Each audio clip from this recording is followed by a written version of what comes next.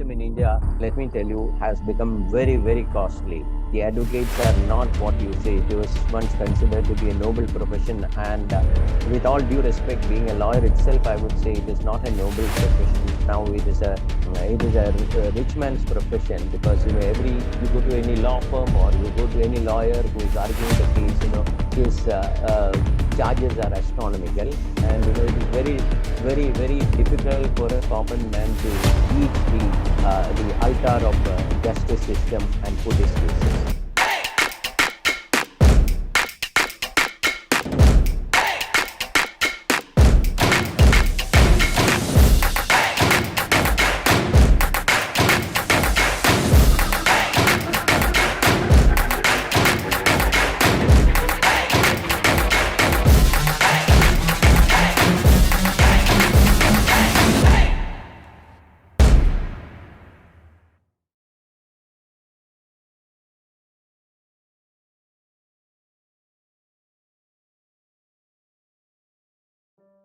The COVID 19 pandemic continues to necessitate relooking of the traditional processes and the preparation for increasing technology adoption in service delivery, citizen centric services that have been disrupted or perhaps irreversibly altered have required a recalibration.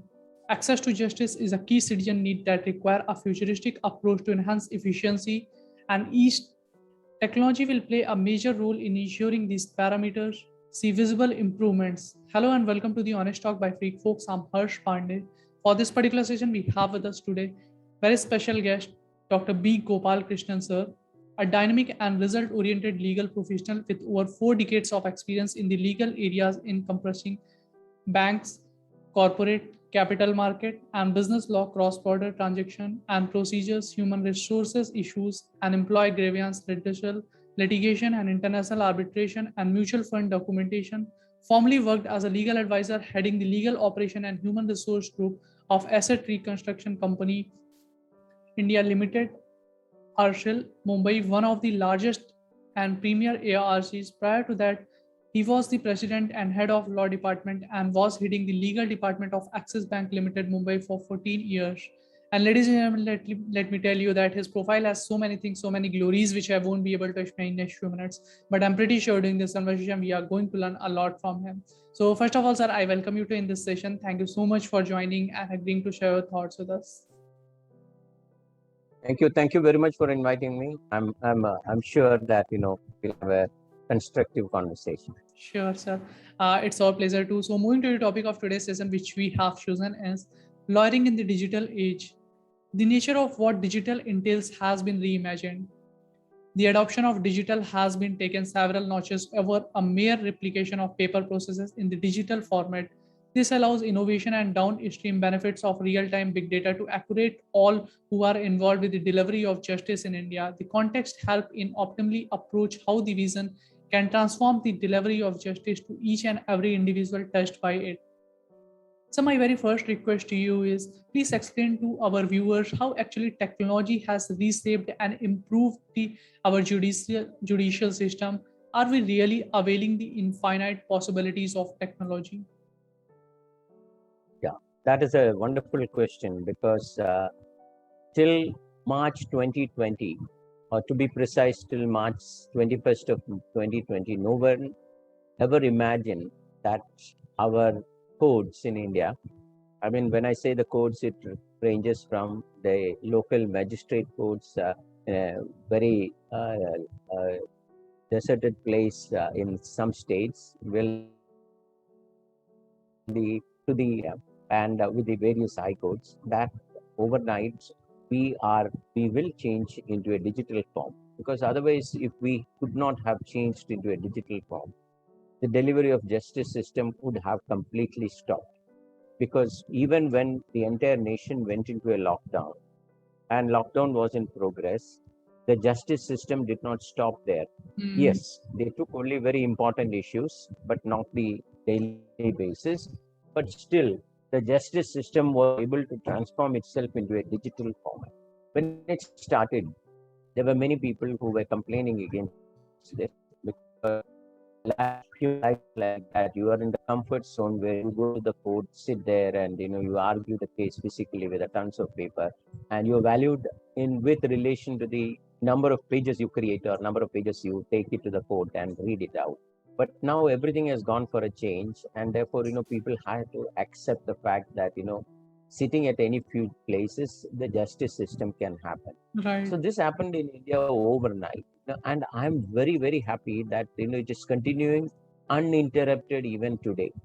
And given a chance, I mean, I'm sure that about 50% or more of the lawyers would like to say that this system should be made permanent and this should continue forever rather than going back to the physical format. As a result, what happens is when this physical format was completely stopped, for the first time, we had a chance, or we were obliged to file our representations, our suits, everything in a e-form.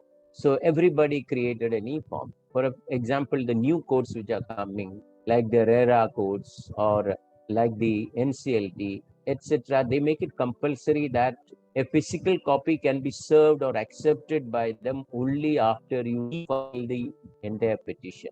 Okay. So e-filing is compulsory. So you just can't say that it is not the option which is given.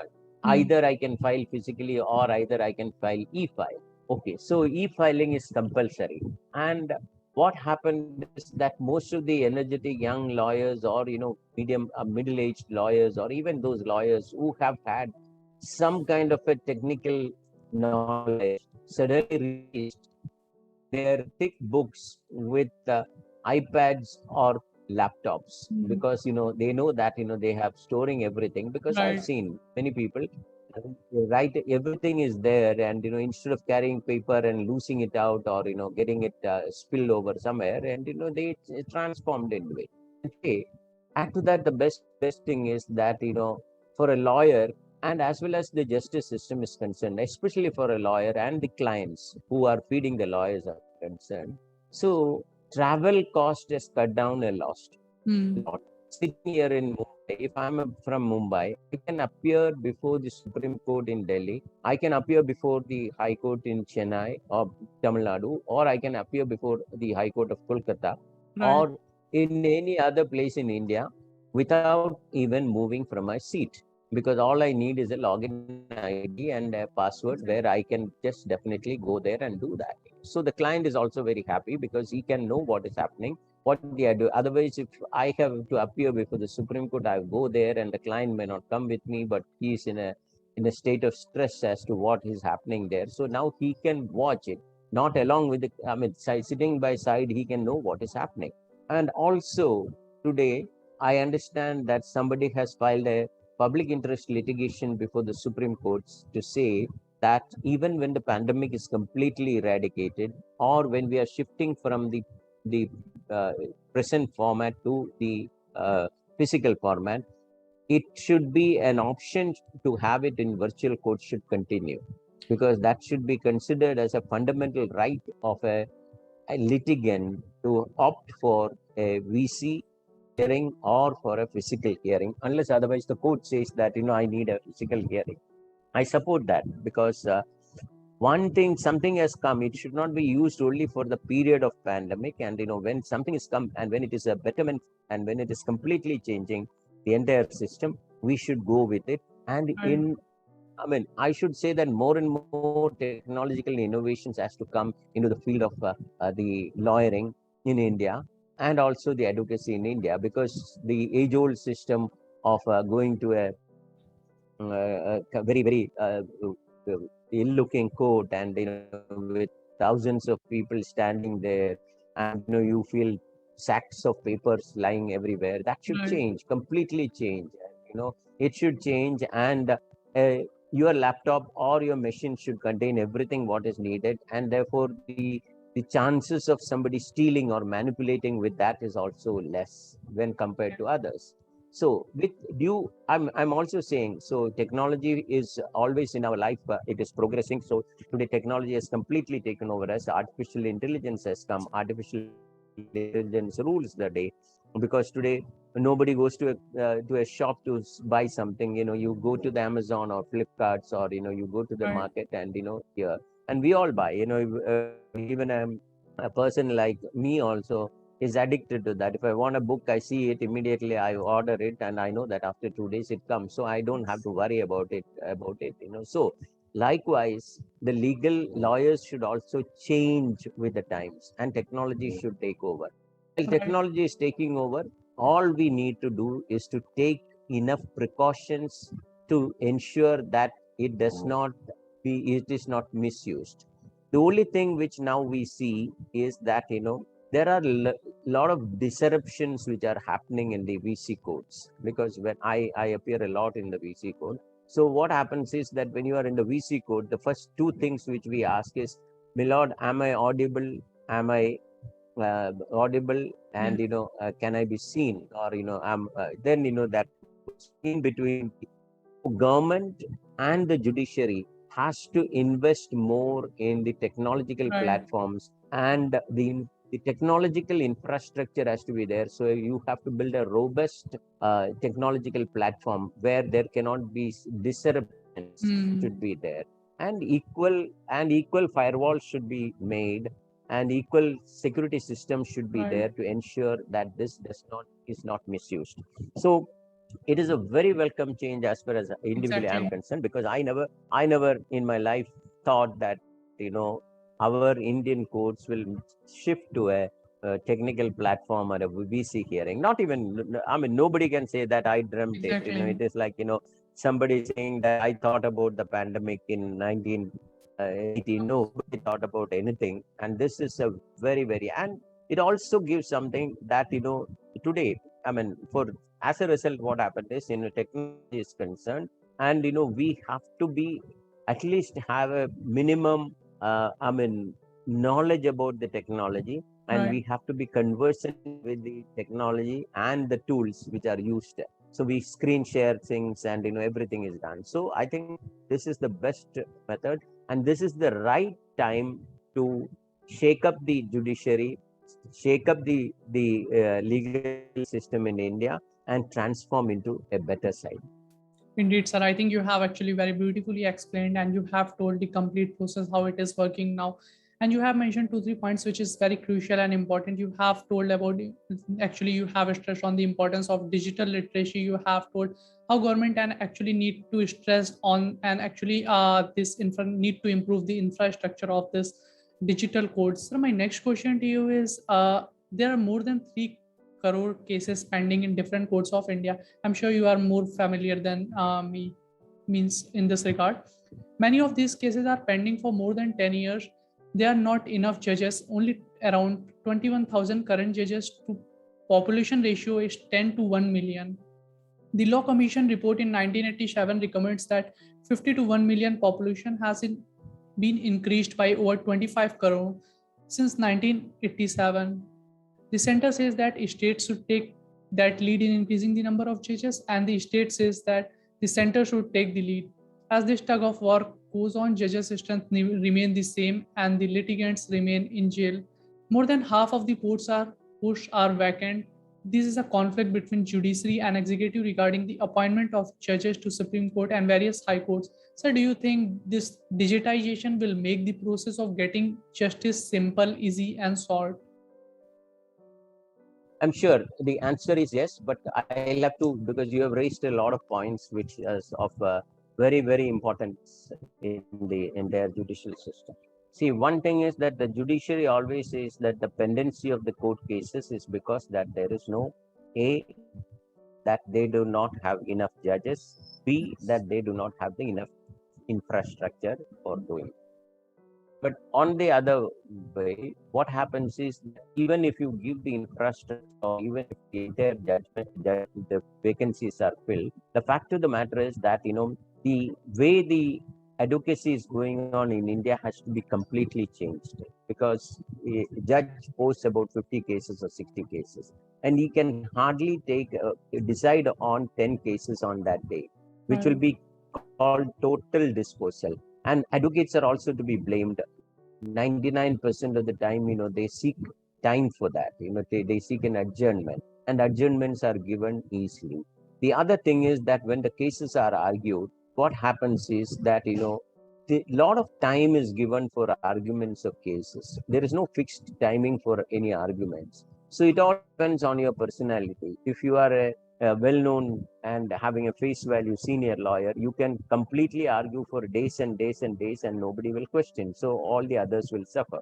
So most of the people who are suffering are the people who are in the criminal side, who have been arrested for various reasons, or whether it is a good case or a bad case, but they are languishing in the jail because they do not know the intricacies of law, where they do not have any kind of access to the legal system, because legal system in India, let me tell you, has become very, very costly. The advocates are not what you say. It was once considered to be a noble profession, and with all due respect, being a lawyer itself, I would say it is not a noble profession. Now it is a rich man's profession, because every you go to any law firm or you go to any lawyer who is arguing the case, his charges are astronomical, and it is very, very, very difficult for a common man to reach the altar of justice system and put his cases.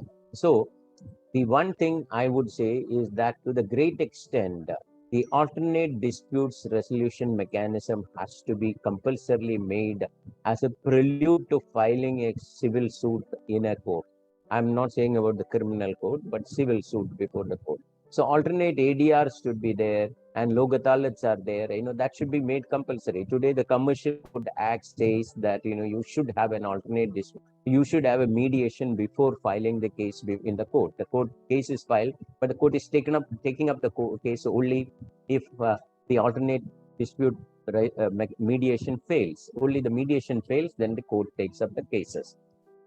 So that has to be made compulsory, and more alternate disputes, arbitration centers has to be, founded, and it should be made compulsory that certain cases cannot come here unless it is only to be arbitrated, even though there may be a specific kind of provision in that agreement or which is disputed.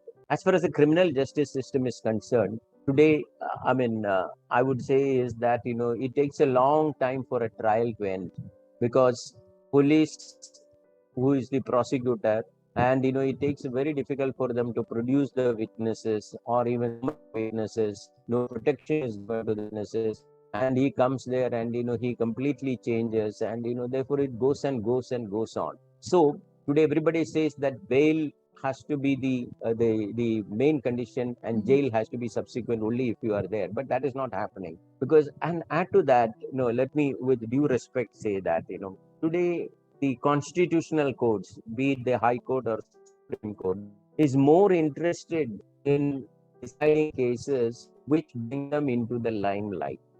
A PIL or filed by somebody or something.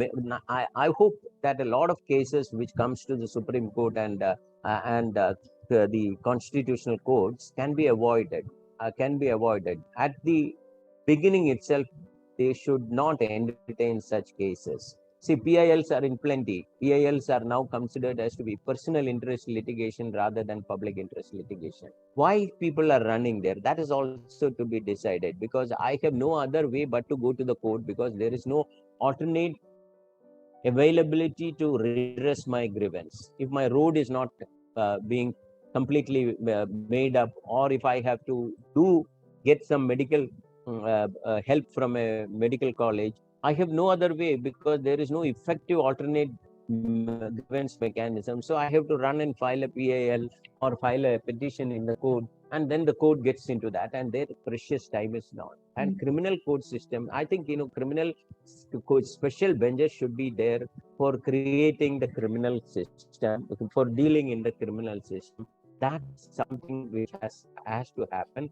And I think, even if you get 100% judiciary, 100% people in the judiciary, that is not going to solve the problem, because it is a vicious circle. That's the root cause has to be found out, and there should be checks and balances, and that checks and balances has to come from the judiciary, and it has to be supported wholeheartedly by the advocates who are the officers of the court, because irrespective of the fact that they should completely forget about their personal interest in that, and they should think in the main, for the betterment of the country. That is where we are lacking. The cases, number of cases are piling up. So today, even though I'm a lawyer, if somebody comes and says that I want to file a suit and something, first of all I tell is that don't venture into that, and let us first try to get it settled. If it is not settled or anything is there, then we know we will go to the court. And somebody may say that this man is wrong, something is wrong, but you file in the court, and you get the fees, and you get everything. But the intention, I know that will go on and go forth because of the procedure. And also in India, what happens is there is a lot of layers of appellate courts. So even if I win this case, I can go in appeal, and I can go into another course. And you have a lot of tribunals established, for, let us say, for company law, for income tax, for GST, and all those things. So those are all become a parking ground for retired people. And there also they come for a 5-year term, or 2-year term, or 3-year term, or subject to a certain age. What happens is, they don't put a whole, and there is no monitoring mechanism whereby the disposal of each court is monitored, and there is no any kind of pressure on the courts to dispose of the court, because there is no sanctions on them. So if I'm sitting in a court of judge, I'm not bothered, because maybe there may be some kind of, for example, the debt recovery tribunal was started with all pomp and glory in 1993, saying that within 6 months the entire banking cases filed before it has to be disposed of. So today we have 10 years cases pending there, but nobody is bothered about it. What they did was, instead of reviving and finding the cause, they found another law, and they created another law. And then if that also failed, they created another law and another set of judiciary, another set of platform to redress the grievance. That should not be there. If you set up something, that should be rigorously followed, and that kind of criminal justice system in India needs a very, very big change. One thing I would say is that the magistrates, local magistrates sitting there, are not up to mind. For example, today sitting here, I can simply go and file a complaint against you, saying that, when you spoke, that, you have hurt my sentiments, or, something like that. So the court admits it, and then, notice is issued, so that, that wishes. So the court doesn't come into the, before summoning a person or before deciding, court not looking at the fact whether it is actually an admissible case. Today in political circles, each one is filing cases against other, and somebody says that he hurt my religious sentiments, that other fellow says he hurt my religious sentiments, and somebody says so. So this kind of things are going on. So the magistrate courts, the fundamental case starts from a magistrate court in a criminal system. When a person is arrested, first he has to be brought to the magistrate court, and what he does is, simply without looking at anything, remanded to custody for 7 days or 14 days. So that kind of an application of mind has to be there. They are not applying the mind, because I've seen many cases that they are not applying the mind, because unbailable warrants and non-bailable warrants are issued. But magistrate courts are pathetic in India. Let me tell you, I can file cases against even the prime minister, or anybody, but nobody bothers. There was a case when somebody even filed a criminal case. He wanted to prove that point, so he went and filed a criminal. Then president of Mr. APJ Abdul Kalam. So, and the magistrate issued warrant also, because that is non-application of mind.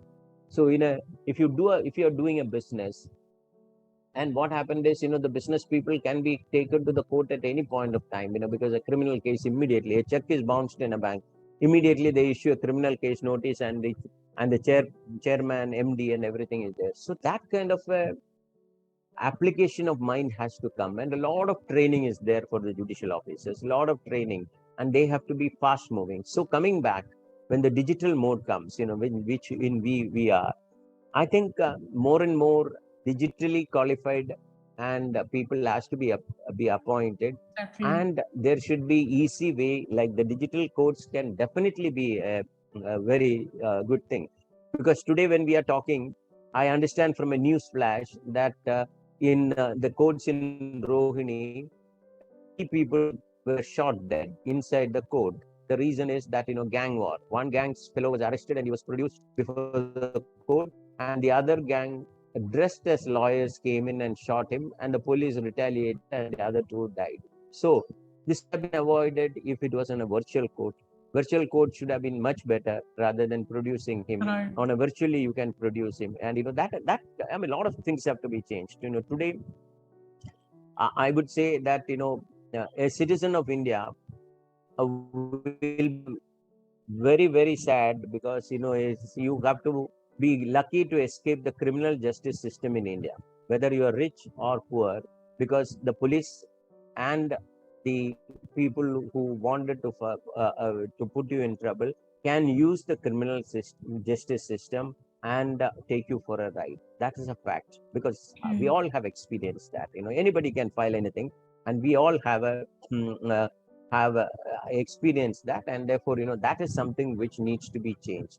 A lot of overall changing has to be there. If it is in a foreign country, they won't accept any such cases. So they before accepting any case, a lot of investigation takes place, and the arresting itself is a long time they will take. Unless they have clear evidences, they won't arrest any people, and therefore here it is not so. So criminal justice system in India is not as good as, or it is very very bad, I would say. And there is no use in getting a justice after 10 years languishing in the jail and say that you Mm. are set free, because 10 years nobody is going to. And alternatively, there is no compensation, no law which says a compensation is awarded for your wrongful confinement, because there is no particular law. If you want to have a compensation for a wrongful confinement, whether it be police or whether it be, you have to file another suit for that. It's Okay. not automatic. Because in the case of about 30 years back, there was a ISR or ISRO spice case which happened somewhere in Kerala, and a very big scientist was accused of having done some kind of a spy, and after 30 years it was proved that everything was wrong. And then at last year, Supreme Court gave him 50 lakhs as compensation. What is the use? His entire life is gone, because he has written a beautiful book on that. Because I have read it also. So what is wrong? So the criminal justice system is totally misused in India, and lawyers, the judiciary, and the police are hand in glove in misusing of criminal judicial system. I know there are lawyers who say that when I go and say that some kind of a crime, you want him to be inside, this is the price which you have to pay for that. So that kind of a criminal judicial system is what is happening. So the entire thing has to be there, because so also the police threaten, and then they make a lot of money on that. If a criminal complaint is filed by anybody against me or you, then when we go there, and first thing is that they threaten us, andar jana hai, you have to be out, then this is my price. So they know that the case is false, but still this is how that Mm. entire judicial system, that system has to change. Exactly. I think, sir, you have actually explained everything in very detail, and you have actually given the insight very means inside the insightful what actually the things are actually happening. So my next question to you is, what we have seen, we are passing this in very fast paced changing world, and the technology is getting advanced by the minute, not by the hour or by the say or by the day. So my next question, how do you see the future of Indian judicial system in the fast-paced changing world? What are your views on the future hold for jobs in this profession? No, in this jobs in this profession, a mere law degree would not suffice. You have to be technically qualified, technologically literate. I would use that word, technologically literate. Right. So I would say that when I grew up, technology was not very high like this. So we didn't have a computer, or we didn't have a laptop, or we didn't have a mobile phone, or anything of that sort. But I was able to transform and change into it, and therefore, for that reason, I was able to uh, um, I was able to uh, sustain. So you have to sustain means you have to transform and change into this.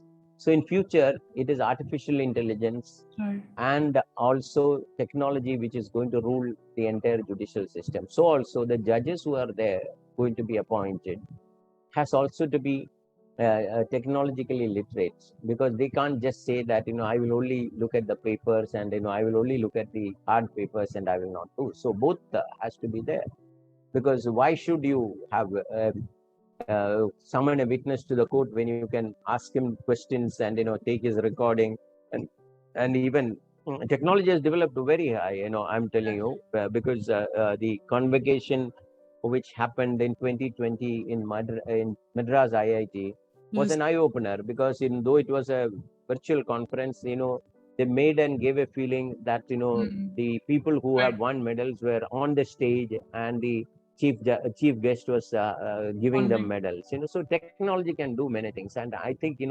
technology has to be the main, if not the main, one of the main conditions for to be a good lawyer or to be a good judge. Indeed, sir. I think you have actually told many important things, sir. But I must say there's a lot more to learn from you. But today I don't want to take too much of your time. So moving to my last question of this session. So what we have seen is that another major aspect in digitization of the legal sector, globally higher education institute have moved to classes online. Apart from this, there is a free flowing information available on the internet. Students need to demonstrate that they can work with the multiple software, the flexibility, and show their digital expertise to contribute to the existing technology. As you have told, law universities are supporting young minds by providing them with the simulation based teaching, which help them understand legal procedures up close.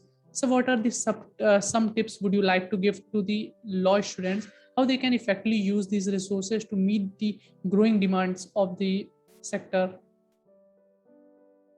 The growing demands, if you look at a lawyer who is an upcoming lawyer who has stars in their eyes, and he or she wants to become a lawyer, today knowledge is available. Like, the entire world's knowledge, what is happening in a US court, or where in a UK Yes. court, or in a Russian court, or everything is available. Knowledge is power, and that Right. knowledge is available there, and you have to extract that knowledge and put to use in a proper manner, because this knowledge can also be put to use in an improper manner also, because see, anything can be used either for good thing. If you have brains, that brain can be has to be nurtured to do good things to the society, and that brain can also be take you as a criminal, and that brain can also make you as a psycho to kill people. So where you focus your mind and where you turn around your mind is most important. So knowledge is available today. That is correct, because you don't have to do what is it, and immediately you Google it and you understand what it is, and then But what I also want to tell is that students, because when I go to many colleges I go or interview people for their viva and everything, what happens is, there is a tendency for lifting whatever is available in the digital form and putting it, and saying that, it is mine. That has to be changed. You can only learn, you have to read everything from there, and that is one of the great things which is happening in this world. When we were studying, we have to go to the book and say which page where it is, and everything. But after getting all these things, you have to use your brain. That brain should not be Right. digitalized. That brain has to work in a manual manner, depending on that, and then take the best out of it and form your opinion, and then come out with it. Cut and paste era should not happen, because that is what I find about the students, because you have a laptop and an internet, and therefore you can cut and paste anything. That should not happen, because you have to understand. While Mm. doing a cut and paste, what happens is you do not understand this thing. So it is like that, without doing something, without understanding, is not a routine manner is not correct, because then there will not be much difference between uh, between an animal and you. The animal is also sometimes having a little bit of brain, and they do, because the animal is used, for something. He knows that morning when something is put on his neck, he has to walk and come back. He doesn't know about it. That should not happen. So this knowledge has to be used for the betterment of the society and the betterment of the existing judicial system, because a lot of jurisprudence can be created using this knowledge which is available and free. And it is not that you need to pay much for it. That is, you can have many amount of knowledge. And to also have to tell us that the only minus point in this virtual classrooms and virtual codes and virtual thing is that, we should not forget that we are a social human being, and therefore it is necessary at times for us to meet and mingle. Unless we meet in schools, today Most of the students have not gone to the school for more than 2 years, or had 18 months, nobody has gone. They're sitting at home. But that is not a good thing, because their development has not happened. Developing is that you meet somebody and you exchange ideas, and then you fight with them, or you do the Definitely. physical exercises also, not, and that kind of thing is there. So many human soft feelings are getting lost today. There is no soft feeling today, because absolutely nothing On the is ground is where I stand. Never give up, that was always the plan. It's so cold outside, I'm alone, I'm alright. It's so cold outside, I'm alone.